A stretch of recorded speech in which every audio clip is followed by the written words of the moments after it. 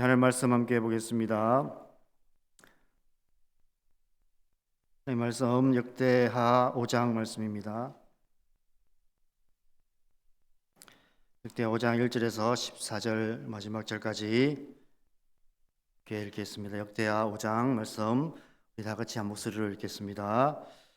솔로몬이 여호와의 전을 위하여 만드는 모든 일을 마친지라. 이에 솔로몬이 그의 아버지 다윗이 드린 은과 금과 모든 기구를 가져다가 하나님의 전 곳간에 두었더라. 이에 솔로몬이 여호와의 언약궤를 다윗성 곧 시온에서부터 메어 올리고자 하여 이스라엘 장로들과 모든 지파의 우두머리 곧 이스라엘 자손의 족장들을 다 예루살렘으로 소집하니 일곱째 달 절기에 이스라엘 모든 사람이 다 왕에게로 모이고 이스라엘 장로들이 이름에 레위 사람들이 궤를 매니라.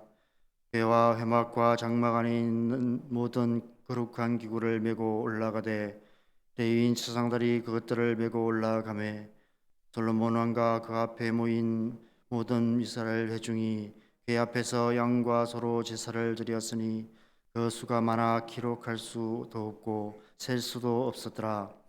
제사장들이 여호와의 언약궤를 그 스스로 메어 드렸으니 곧 본전 지성소 그룹들의 날개 아래라. 그룹들이 궤 처소 위에서 날개를 펴서 궤와 그 채를 덮었는데 그 채가 길어서 궤에서 나오므로 그 끝이 본전 앞에서 보이나 밖에서는 보이지 아니하며 그 궤가 오늘까지 그곳에 있으며 궤 안에는 두 돌판 외에 아무것도 없으니 이것은 이스라엘 자손이 애굽에서 나온 후 여호와께서 그들과 언약을 세우실 때에 모세가 호렙에서 그 안에 넣은 것이더라.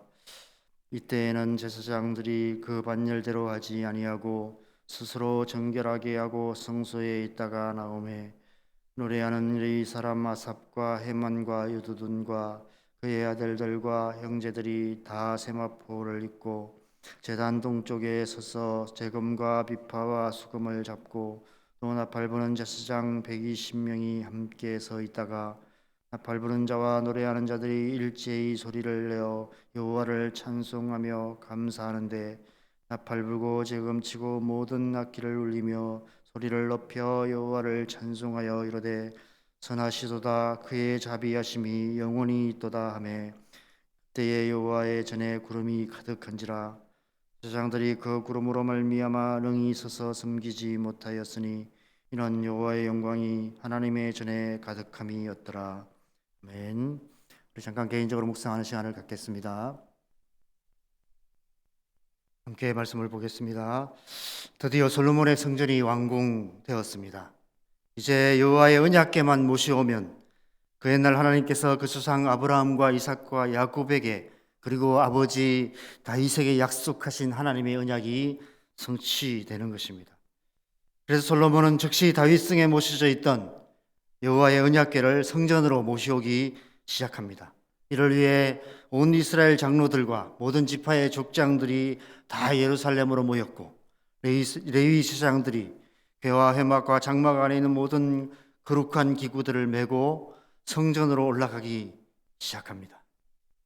그런데 6절 말씀을 보면 여호와의 언약궤가 성전에 들어가기도 전인데 솔로몬 왕과 그 앞에 모인 모든 이스라엘 회중이 그 궤 앞에서 양과 소로 제사를 드립니다. 그런데 그 수가 많아서 기록할 수도 없고 셀 수도 없었다라고 말씀하고 있습니다.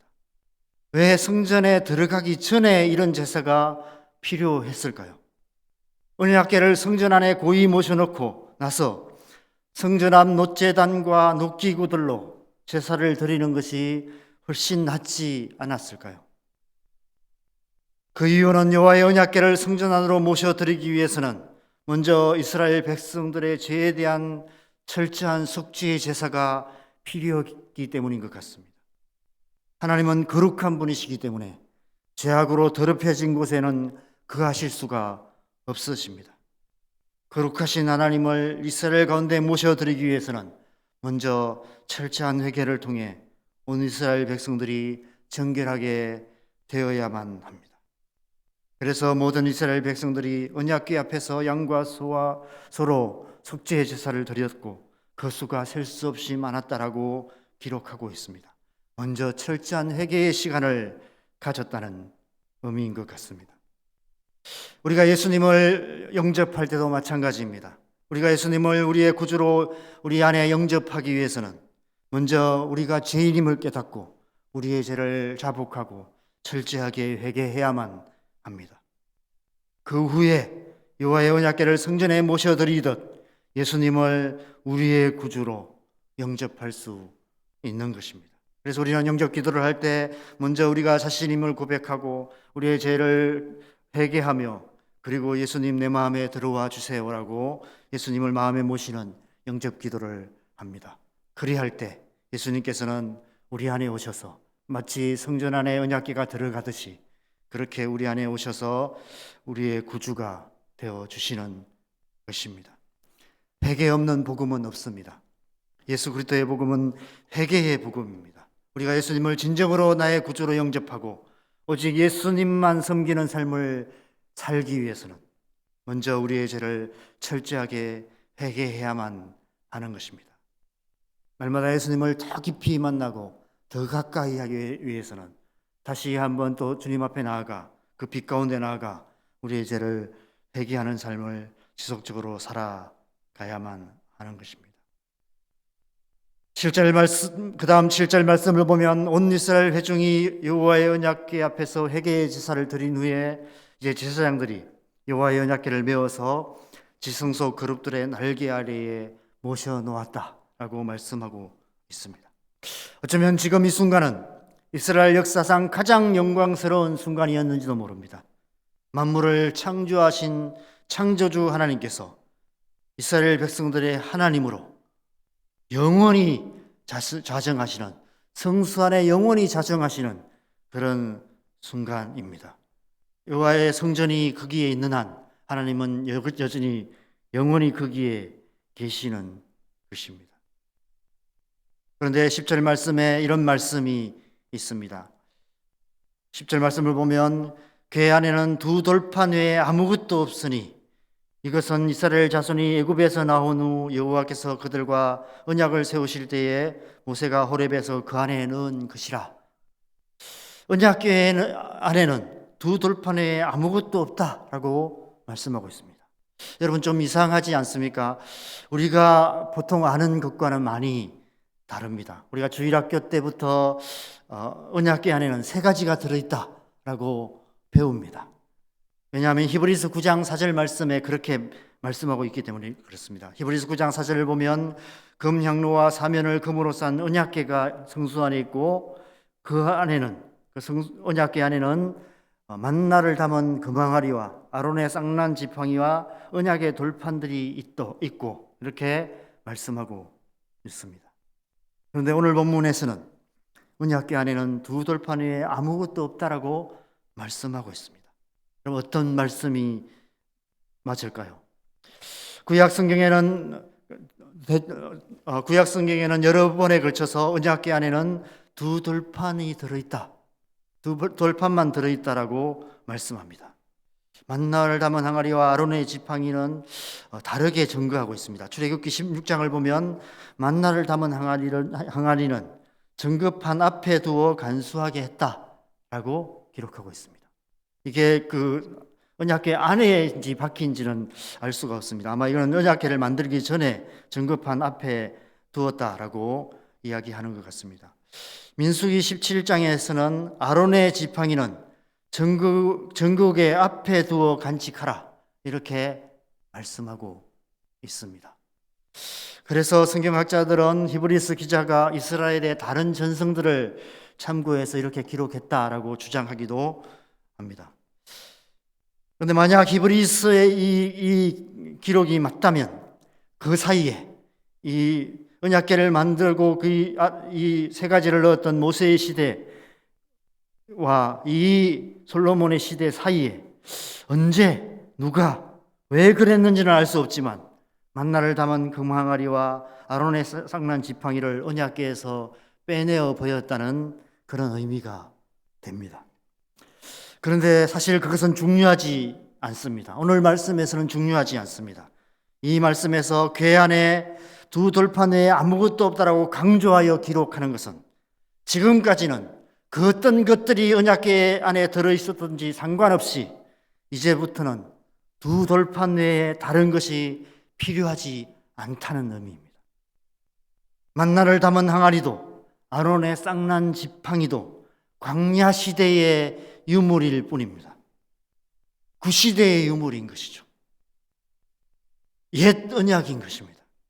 지금까지 여호와의 언약궤는 회막에 있을 수밖에 없었습니다. 왜냐하면 광야 시대가 끝나지 않았기 때문입니다. 광야 시대의 구름 기둥과 불 기둥이 움직이면 언제든지 옮겨가야 했기 때문에 회막에 있을 수밖에 없었습니다. 그런데 이제 성전이 완공되었습니다. 이제는 광야 시대, 회막 시대가 끝나고 성전 시대가, 새로운 시대가 시작된 것입니다. 아브라함과 이삭과 야곱에게 약속하신 이 하나님의 약속이 성취되었고, 이 하나님이 약속하신 이 땅에 하나님의 성전이 세워진 것입니다. 하나님께서 거기 이제 떠나지 않으시고 옮기지 아니하시고 영원히 거기 거하시기 시작하시는 것입니다. 만나도 아론의 쌍난 지팡이도 더 이상 필요가 없는 것입니다. 이제는 오직 두 돌판만 있으면 되는 것입니다. 우리가 구원을 받고 영원한 하나님 나라의 백성이 되기 위해서는 오직 예수님만 믿으면 되듯이 오직 두 돌판에 새겨진 하나님의 계명만 마음에 새기고 그 말씀을 지켜 행하면 하나님의 약속의 땅에 영원히 뿌리를 내리게 될 것이고 더 이상 광야가 없는 하나님의 나라가 이루어지게 된다는 것입니다. 이 말씀을 묵상하면서 갑자기 예수님의 변화산 사건이 생각이 났습니다. 마태복음 17장에 보면 예수님께서 베드로와 야고보와 요한을 데리고 높은 산에 올라가셨는데 갑자기 예수님이 해같이 빛나는 모습으로 변화되셔서 모세와 엘리야와 함께 서 있는 것을 베드로가 보고 너무 놀라서 자기가 무슨 말을 하는지도 모른 채 예수님께 소막셋을 짓겠습니다라고 말합니다. 그러자 하늘에서 이는 내 사랑하는 아들이니 너희는 그의 말을 들으라 라는 하나님의 음성이 들리고 오직 예수 외에는 아무도 보이지 않았다라고 말씀하고 있습니다. 만나를 담은 항아리도 아론의 지팡이도 더 이상 필요 없이 오직 두 돌판만 있으면 되는 것처럼 모세도 엘리야도 아닌 오직 예수님의 말씀만 듣고 예수님만 믿으면 된다는 것입니다. 우리는 오직 예수님을 믿음으로 구원받고 하나님의 백성이 되는 것입니다. 오직 예수, 오직 믿음, 바로 복음인 것입니다. 오직 두 돌판에 아무것도 없는 언약궤 속에는 복음이 담겨 있는 것입니다.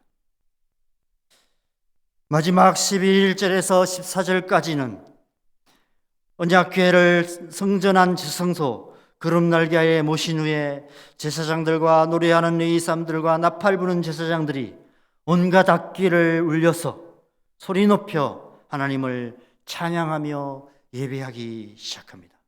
선하시도다 그의 자비하심이 영원히 있도다라고 찬양하기 시작합니다. 아마 그 어떤 때보다 역사상 그 어떤 때보다 온 마음을 다해 신령과 진정으로 온 기쁨으로 전심으로 하나님을 찬양했던 것 같습니다. 그러자 하나님의 영광이 하나님의 전에 가득하게 되는 놀라운 일이 일어나게 됩니다. 우리 예배가 이러한 예배가 되어야 되는 것 같습니다. 신령과 진정으로 온 마음으로 온 성도들이 함께 하나님을 찬양함으로 말미암아 하나님의 영광이 가득하여서 오늘 말씀의 마지막에 보면 제사장들도 능히 서 있을 수 없는, 능히 서서 예배할 수 없는 그런 놀라운 예배, 놀라운 하나님의 영광의 예배가 드려지고 있는 것을 보게 됩니다. 천상의 예배가 회복되는 그런 일들이 일어나는 것이죠. 이 하나님의 영광은 그 옛날 광야 시대에 시내산에 임하였던 그런 영광이었습니다. 시내산에 하나님께서 모세에게 두 돌판을 주실 때 여호와의 영광이 온 시내산을 덮었습니다. 그리고 그 후에는 모세가 하나님의 말씀을 따라 그 두 돌판을 넣을 언약궤를 만들고 그 언약궤 안에 두 돌판을 넣고 그 언약궤를 회막에 안에 넣었을 때 그 회막에 여호와의 영광이 또 임하셨습니다. 그런데 이제는 두 돌판이 들어있는 언약궤가 솔로몬이 지은 성전에 들어가니까 이제는 또 여호와의 영광이 그 성전에 가득하게 임하게 된 것입니다.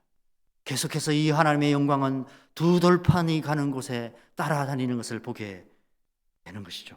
그것은 곧 두 돌판에 기록된 하나님의 계명을 준행할 때 여호와의 영광이 임하시는 것이고, 오늘 우리로 말하면 말씀이 육신이 되어 오신 예수 그리스도를 믿는 믿음, 그 믿음으로 살아갈 때 여호와의 영광이 그곳에 임하게 된다는 말씀인 것입니다. 그렇다면 이 말씀 이후에 여호와의 영광은 어떻게 되었을까요? 안타깝게도 오늘 말씀이 구약 성경에 여호와의 영광이 임하신 마지막 기록인 것 같습니다. 그 이후에 그 어떤 순간에도 여호와의 영광이 이처럼 강력하게 임하셨던 때가 없었던 것이죠. 그 이유는 아마 이스라엘 백성들이 언약궤 안에 이 두 돌판에 기록된 하나님의 계명을 준행하지 않았기 때문인 것 같습니다. 그 이후의 이스라엘 역사가 하나님부터 점점 멀어지는 역사였기 때문에 그런 것 같습니다. 그래서 이후 말씀의 하나님의 영광은 선지자들의 환상 속에서만 등장합니다. 수많은 선지자들이 환상 가운데, 하나님이 보여주신 환상 가운데 하나님의 영광이 성전에 임하고 하나님의 영광이 이스라엘 백성 위에 임하는 환상을 보게 됩니다. 오늘 이 솔로몬의 성전에 임하셨던 여호와의 영광을 기억하면서 여호와의 영광이 다시 임하시는 그 날이 올 것을 거듭거듭 예언했습니다. 그리고 그 예언대로 그 날에 마침내 여호와의 영광이 나타납니다. 언제인가요? 요한복음 1장 14절에 말씀이 육신이 되어 우리 가운데 거하심에 우리가 그의 영광을 보니 아버지의 독생자의 영광이요 은혜와 진리가 충만하더라. 바로 예수 그리스도가 이 땅에 오시는 그 날입니다. 말씀이 육신이 되어 우리 가운데 거하심에 언약궤의 두 돌판이 성전 가운데 놓여짐에 아버지의 독생자의 영광이요 은혜와 진리가 충만하더라. 여호와의 영광이 성전에 가득하더라. 똑같은 구조의 말씀입니다. 그것은 곧 예수님이 바로 이 땅에 임하신 하나님의 영광이라는 말씀입니다.